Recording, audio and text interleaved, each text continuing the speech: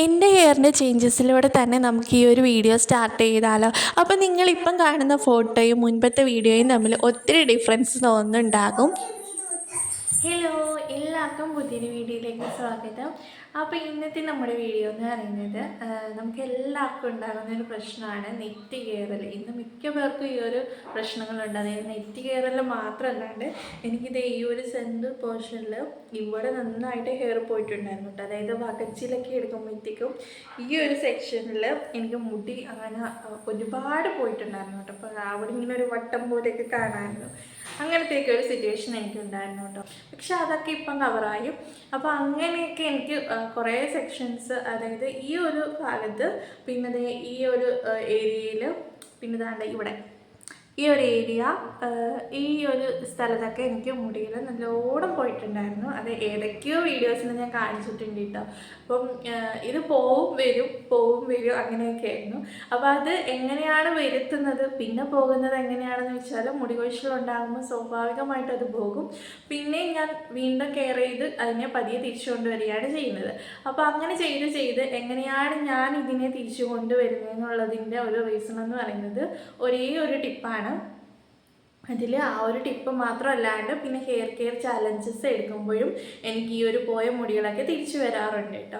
അപ്പം മെയിനായിട്ടും ഞാൻ പണ്ട് ചെയ്തുകൊണ്ടിരുന്നതാണ് ഈ ഒരു ടിപ്പ്. അതായത് ഈ ഒരു ഫ്രണ്ട് ഏരിയയിലൊക്കെ ഞാൻ നന്നായിട്ട് പരീക്ഷിച്ച് നോക്കി എനിക്ക് വിജയം കണ്ടെത്തിയിട്ടുള്ള ഒരു ടിപ്പാണ് ഞാൻ ഇന്ന് പറഞ്ഞിരുന്നത് കേട്ടോ.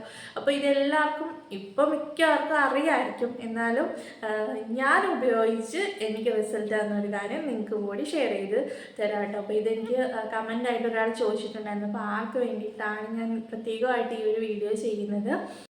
അപ്പോൾ ഈ ഒരു ടിപ്പ് എന്താണെന്ന് പറയുന്നതിന് മുൻപായിട്ട് ഞാൻ ഈ പറയുന്ന കാര്യങ്ങൾ നിങ്ങൾ എന്തായാലും സ്കിപ്പ് ചെയ്ത് കളയില്ല കേട്ടോ. അതായത് നിങ്ങളത് കേട്ട് നോക്കണം.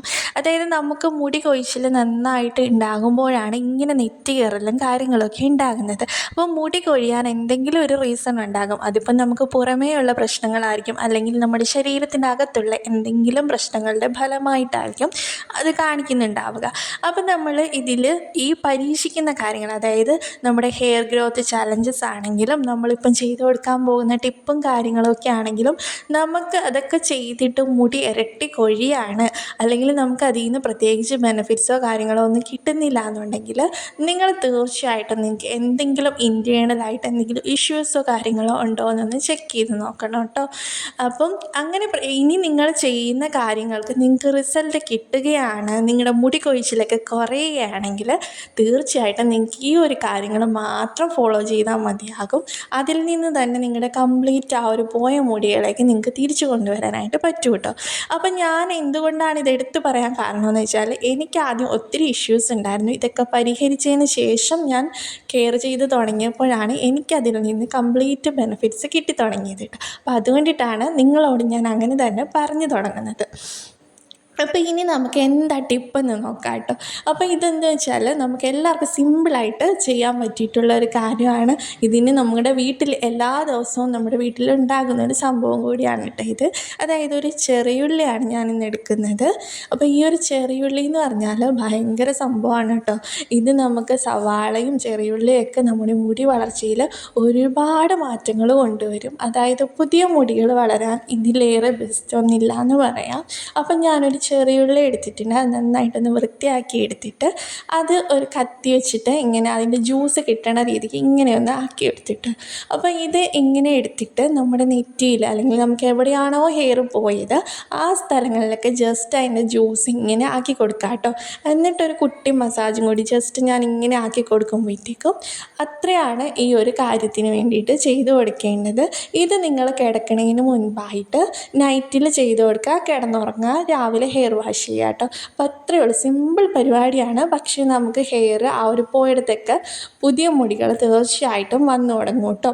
അപ്പോൾ ഒരു 15 ഡേയ്സിനുള്ളിൽ നമുക്ക് നന്നായിട്ട് അതിൻ്റെ റിസൾട്ട് കാര്യങ്ങളൊക്കെ കിട്ടി തുടങ്ങും. അപ്പം ഈ ഒരു സംഭവമാണ്. ഇത് 2 രീതിയിൽ ചെയ്യാം.